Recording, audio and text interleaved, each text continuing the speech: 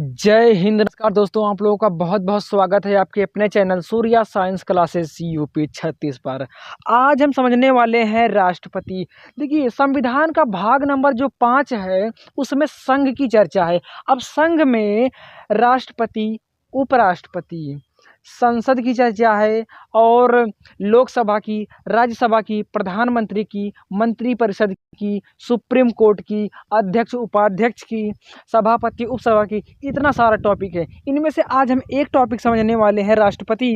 बाकी अगले हम वीडियो में लगातार क्रमशः वीडियो में सारे टॉपिक्स को क्लियर करेंगे।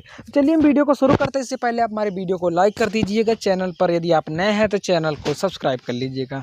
हमारा पहला क्वेश्चन है, भारत के राष्ट्रपति का चुनाव कौन करता है? तो भारत के राष्ट्रपति का चुनाव निर्वाचन मंडल करता है। ऑप्शन नंबर सी सही हो जाएगा। अगला हमारा क्वेश्चन है, भारत के राष्ट्रपति का कार्यकाल कितने वर्ष का होता है? तो भारत के जो राष्ट्रपति हैं इनका कार्यकाल 5 वर्ष का होता है। ऑप्शन नंबर बी सही हो जाएगा। अगला हमारा क्वेश्चन है, राष्ट्रपति बनने की न्यूनतम आयु क्या है? तो राष्ट्रपति बनने के लिए 35 वर्ष की उम्र होनी चाहिए, भारत का नागरिक होना चाहिए, पागल या दिवालिया नहीं होना चाहिए। अगला हमारा क्वेश्चन है चौथे नंबर पे, भारत के राष्ट्रपति का चुनाव कौन आयोजित करता है? तो भारत के जो राष्ट्रपति का चुनाव होता है यह चुनाव आयोग ही आयोजित करता है और इसमें वोट देने का काम जो करते हैं वो विधानसभा और राज्यसभा और लोकसभा तीनों के सदस्य करते हैं, वोट देते हैं। अगला हमारा 5वें नंबर पे क्वेश्चन है, राष्ट्रपति का चुनाव किस प्रणाली से होता है? तो राष्ट्रपति का जो चुनाव होता है वह प्रत्यक्ष चुनाव होता है, आनुपातिक प्रतिनिधित्व प्रणाली से होता है। ए और सी दोनों सही हो जाएगा, ऑप्शन नंबर डी। अगला और 6वें नंबर पे क्वेश्चन है, राष्ट्रपति को पद से हटाने की प्रक्रिया क्या कहलाती है? तो राष्ट्रपति को पद से हटाने के लिए महाभियोग चलाते हैं। ऑप्शन सी सही हो जाएगा। अगला हमारा 7वें नंबर पे क्वेश्चन है, राष्ट्रपति का महाभियोग कौन प्रारंभ कर सकता है? तो राष्ट्रपति का जो महाभियोग होता है वो लोकसभा भी प्रारंभ कर सकता है और राज्यसभा भी, यानी कि कोई भी सदन प्रारंभ कर सकता है। अगला हमारा 8वें नंबर पे क्वेश्चन है, राष्ट्रपति के चुनाव विवाद की सुनवाई कौन कर सकता है? तो जब राष्ट्रपति का चुनाव से संबंधित कोई विवाद होगा तो उसकी सुनवाई सुप्रीम कोर्ट यानी सर्वोच्च न्यायालय करेगा। ऑप्शन नंबर बी सही हो जाएगा।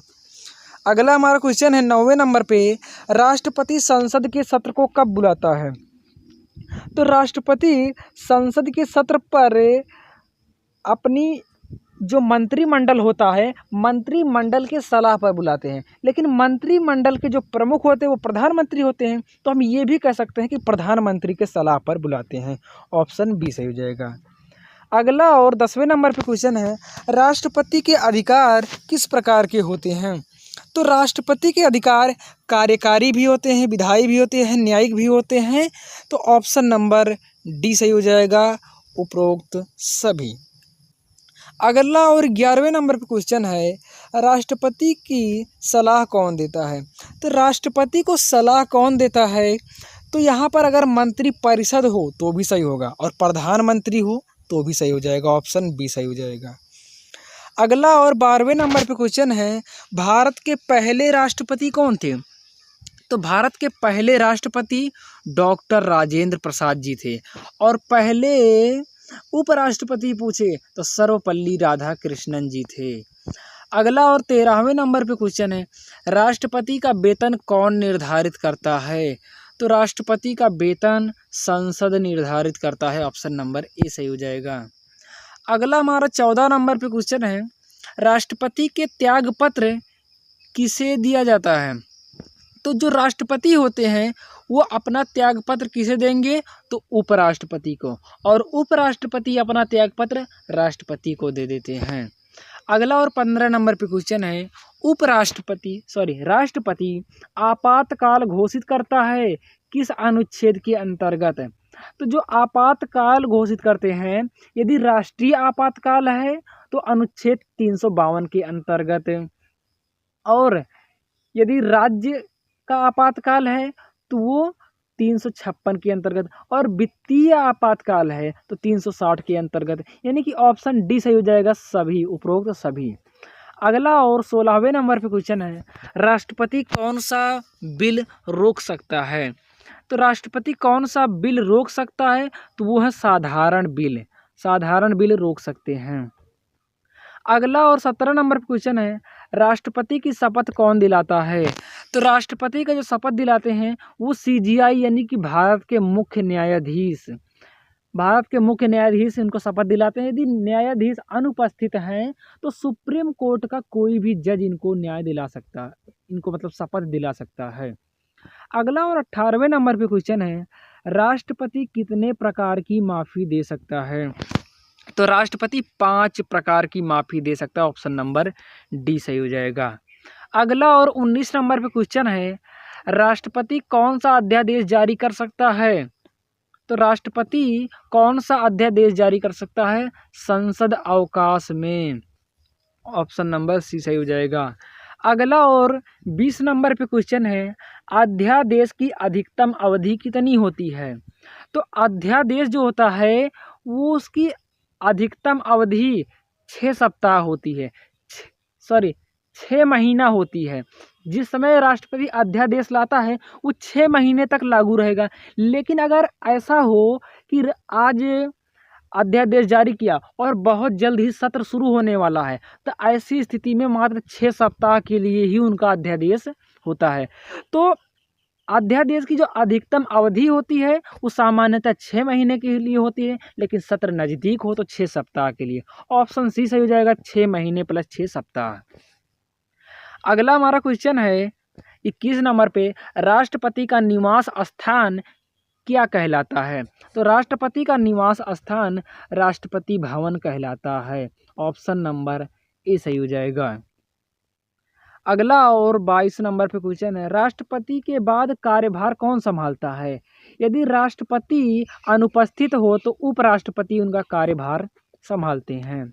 अगला और 23 नंबर पे क्वेश्चन है, राष्ट्रपति का चुनाव गुप्त मत द्वारा होता है, यह कौन तय करता है? तो यह संविधान तय करता है, ऑप्शन नंबर ए सही हो जाएगा। अगला और 24 नंबर पे क्वेश्चन है, राष्ट्रपति किस स्थिति में संसद को भंग कर सकता है? तो राष्ट्रपति जो होता है ये प्रधानमंत्री की सलाह पर या मंत्रिपरिषद की सलाह पर भंग कर सकते हैं। अगला और 25 नंबर पे क्वेश्चन है, राष्ट्रपति को दी गई सलाह को अस्वीकार करने का अधिकार है या नहीं?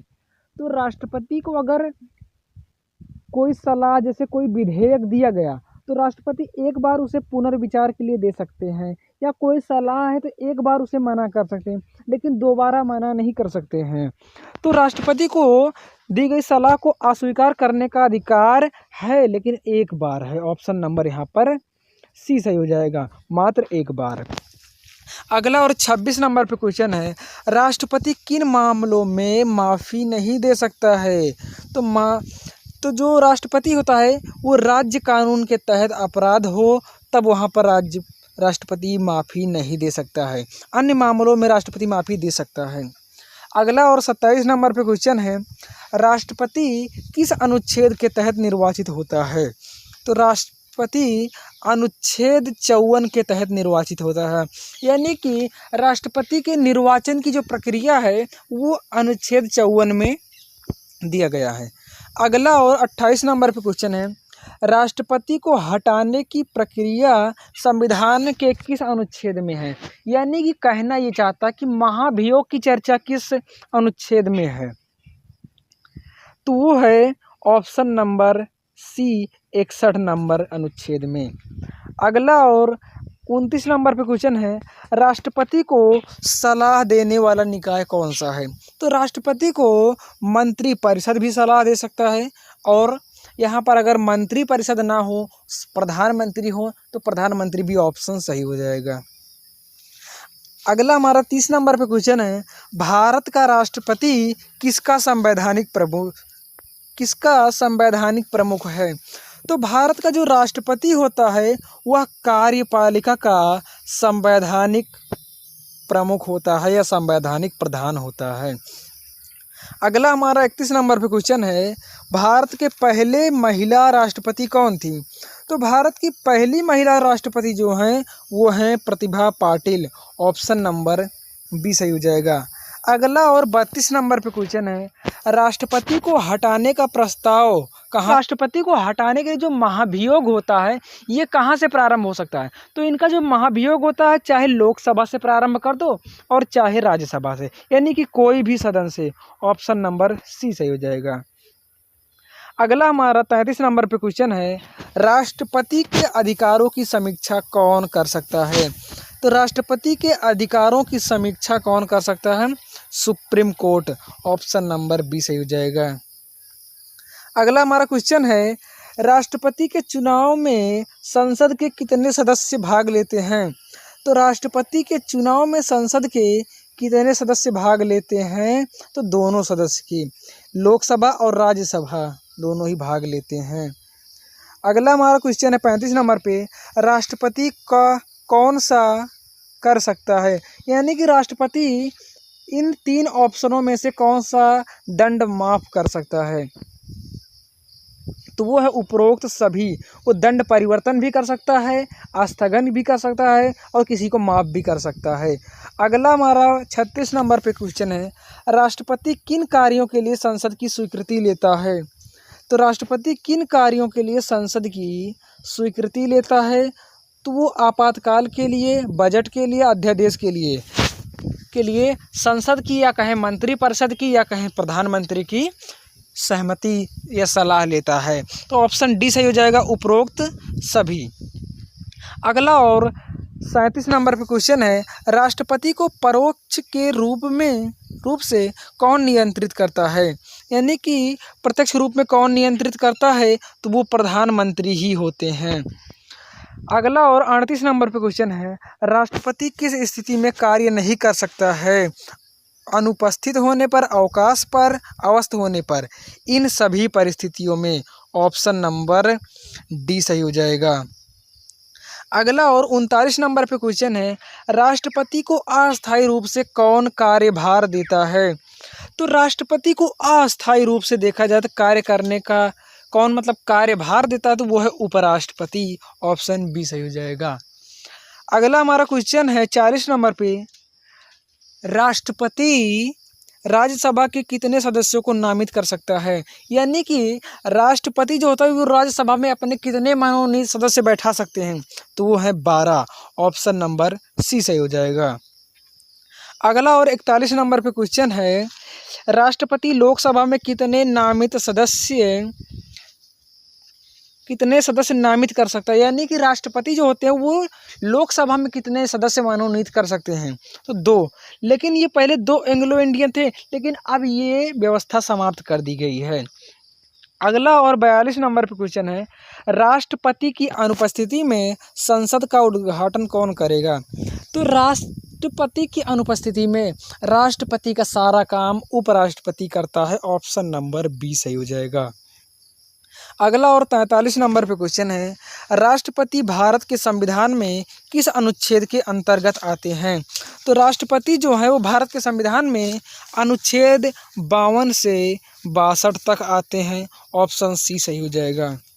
अगला और 44 नंबर पे क्वेश्चन है, राष्ट्रपति का निवास दिल्ली में कहाँ है? तो राष्ट्रपति का जो निवास स्थान है वो दिल्ली के रायसीना हिल्स यानी रायसीन पहाड़ी में है। अगला हमारा 45 नंबर पे क्वेश्चन है, राष्ट्रपति का चुनाव किस प्रकार के मतदान से होता है? तो राष्ट्रपति का चुनाव आनुपातिक प्रतिनिधित्व से होता है। अगला और 46 नंबर पे क्वेश्चन है, राष्ट्रपति संसद की अनुमति से क्या कर सकता है? तो राष्ट्रपति संसद की अनुमति से अध्यादेश भी जारी कर सकता है, आपातकाल भी लगा सकता है, राज्यों में शासन परिवर्तन कर सकता है। ऑप्शन नंबर डी सही हो जाएगा, उपरोक्त सभी। अगला और 47 नंबर पे क्वेश्चन है, राष्ट्रपति का कार्यकाल समाप्त होने पर कौन कार्य करता है? तो राष्ट्रपति जब कार्यकाल समाप्त हो जाएगा तो उपराष्ट्रपति काम करेगा। ऑप्शन नंबर बी सही हो जाएगा। अगला और 48 नंबर पे क्वेश्चन है, राष्ट्रपति द्वारा पारित अध्यादेश को कब संसद में प्रस्तुत किया जाना चाहिए? तो राष्ट्रपति द्वारा जो अध्यादेश लगाया रहता जारी किया जाता है, संसद चालू होने पर, सत्र चालू होने पर 6 सप्ताह के भीतर ही उसे संसद में प्रस्तुत करना अनिवार्य होता है। ऑप्शन नंबर बी सही हो जाएगा। अगला हमारा 49 नंबर पे क्वेश्चन है, राष्ट्रपति कौन से न्यायिक अधिकार रखता है? तो राष्ट्रपति दंड स्थगन, क्षमादान, स्थगन, दंड परिवर्तन, ये सभी अधिकार रखता है। उपरोक्त सभी सही हो जाएगा। Option D. अगला और 50 नंबर पे क्वेश्चन है, वर्तमान में भारत के राष्ट्रपति कौन हैं? तो वर्तमान में भारत के राष्ट्रपति द्रौपदी मुर्मू जी हैं। तो आज का हमारा वीडियो पूरा हो चुका है। यदि आपको किसी भी सब्जेक्ट के किसी भी टॉपिक पे क्वेश्चन आंसर चाहिए तो आप कमेंट कर सकते हैं। हम उस पर बहुत जल्द से जल्द वीडियो बनाने का पूरा प्रयास करेंगे। तो मिलते हैं किसी नेक्स्ट वीडियो में, तब तक के लिए धन्यवाद। जय हिंद, जय